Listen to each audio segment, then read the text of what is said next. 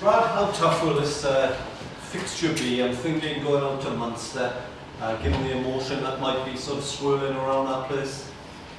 Yeah, I think obviously they've had a fair bit to deal with over the last few weeks, and they've had a real difficult time. I think any game going out to playing Munster is difficult at the best of times, but I think there is a fair deal of emotion and surrounding the first game back in Cork for the team. So that it's going to be a massive test for us. Not only that, but they're also a side that's pretty much banging form at the moment, and we know we're going to have to be at our best anyway. How do you deal with it? Is it a question of just going there and being as professional as possible? Yeah, absolutely. I think we're not in bad form ourselves, so we've got to prepare ourselves as best as possible. With the players that we have available, and try and go out there and put a performance in. We have a game plan that we've looked at that we're going to try and take to Munster to try to get the result, but all we're going to do is try and look at our performance first and foremost, and hopefully the rest will take care of itself. Yeah, and you mentioned you were in good form as a side. I guess you're very pleased, having picked up a bonus point win against the Dragons with a depleted team. Yeah, it was a really good performance from the guys. We probably, to be fair, we would have taken the win, just taken the 4 points, but the guys who came in did a great job. I think it's really testament that to the squad that we've got, that we can lose the amount of players that we have done to the national team, and still go out there and put a game on the field that the people that support us are proud of, and as coaching staff and the players, that we can look back at the performance and say well done. In saying that, there's still I think there's plenty of improvement still left in us. And what about the defence specifically? Were you happy with that? I was happy for the 78 minutes. I was happy up until about 78 minutes, but as any defence coach worth his salt will tell you that I wasn't real pleased with the final try that we conceded. You have to put things into perspective. The 78 minutes. We put a pretty good shift in, and we were the dominant side. So yeah, I'm pleased where we're at defensively. Like I said, we still have plenty of scope and plenty of room to manoeuvre in terms of our performance. Could you be a bit more specific? What areas do you feel that you can improve in? Oh, I can't really.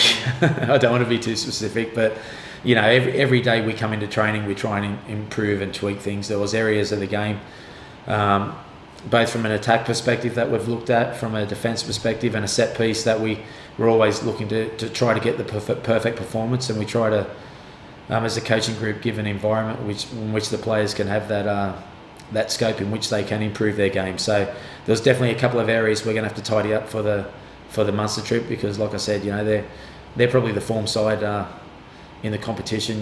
With especially with that away victory at Ulster, not too many teams go there and turn around a deficit and end up coming away with the lead. So they're a pretty hard nut to crack at the moment. And as a coaching group, how pleased were you with Josh McAvey's effort at Fly On? Yeah, excellent. There was parts of his games which were sublime. There was parts of his game that obviously he could have maybe put a little bit more management in. But for a guy who's not played 10 all season, albeit he's got previous experience there, he slotted in and did a really good job for us there. So in saying that, you look at all the changes. We had changes in the pack. We had guys stepping up. We had Adam Beard making his first start for us this season. I thought was exceptional, and we're pretty pleased with the just not one or two players. We're pleased about where the squad's at. Are you disappointed, Brad, that looking back last weekend that you conceded those 2 tries at the end of the game? Maybe a bit of complacency after the bonus point?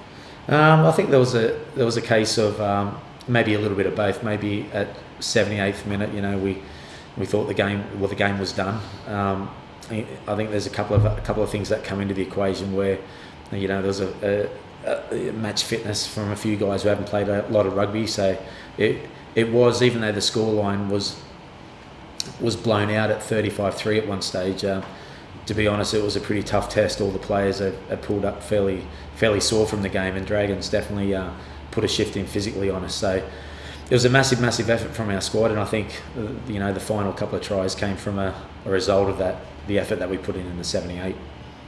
And Dimitri Arhip's yellow card, what did you make of that, leading with the elbow, given that Danny got away with quite a similar challenge? Yeah, I didn't see. Someone's mentioned about Dan's. I've not seen that, but in terms of Dimitri, it looked like he was going for a fend. He didn't lead with the elbow. He definitely led with his palm first, and I think it ended up turning into not an elbow, but possibly a forearm. But that came off his chest. So, the referee's got to make a decision on there. Dimitri's probably just got to lower his palm a little bit and be a little bit more accurate. But you get some of those and you come across one of those, but there wasn't much in it from my perspective. And you mentioned a bit about Munster already, but they had a really good win against Belfast on Friday, quite a tough game for them. How hard is it going to be for you guys to go out and win? I think it's going to be extremely difficult. It's going to be one of the biggest challenges we've faced so far, taking into account that we've contributed a huge amount of players to the Welsh Test match against Australia. Whilst it's going to be a huge challenge, I also think it's going to be a really exciting challenge for some of our young players to experience this kind of atmosphere away from home against a side that's physical, direct, and is playing a pretty good brand of rugby. So massive test for us, no doubt, and it's a test that we're looking forward to, and we're going to give it a good go. And Munster will be without a number of Irish internationals. Is that level the playing field for you? Are you guys thinking about that their starting lineup might be a little bit weaker?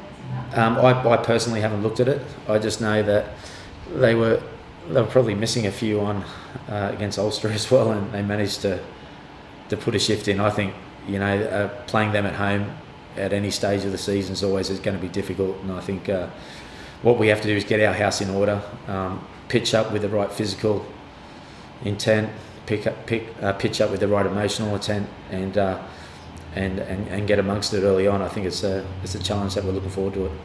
And what's the likelihood of starting Keelan Giles?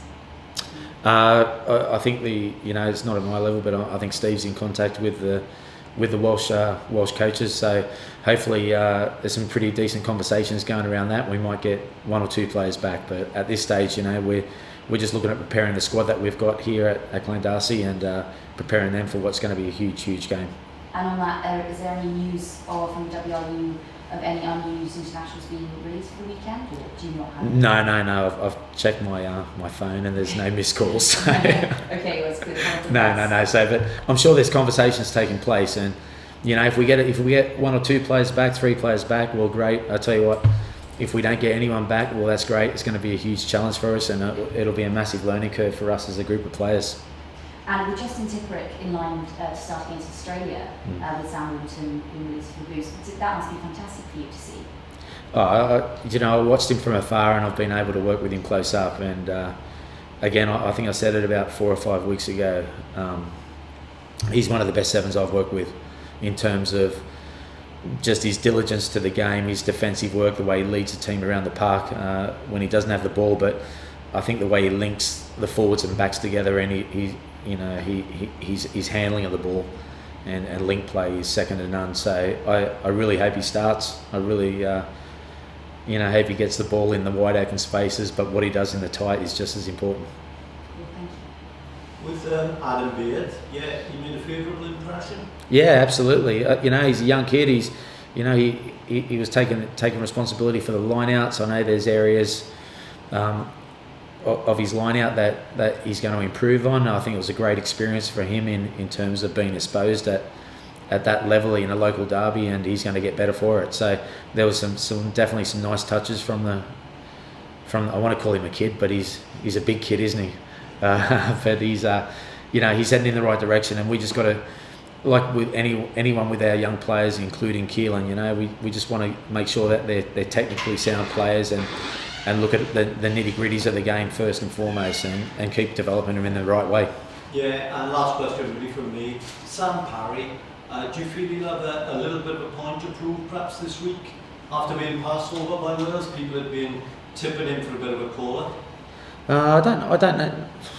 I don't know if Sam's the type of guy that feels like he's got a point to prove. I think Sam's the type of player that has come in since I've been working here. He's rolled up his sleeves and gone about his business, and from him going about his business has enabled him to be recognised and spoken about in the press and by the Welsh coaches as a potential. I think there's still plenty of development in Sam, and I think what Sam's going to do this week is, if he starts in the number 2 shirt, he's try and deliver a performance as he has done all year and keep trying to develop his game. So I don't know if going out there with a point to prove necessarily equates to making a good performance. I think he's just got to do his bread and butter, which is his set piece, really well. Do all the stuff he's been doing around when carrying the ball and all his defensive duties, and I think the rest will look after itself. So we're just looking for a really good performance from him.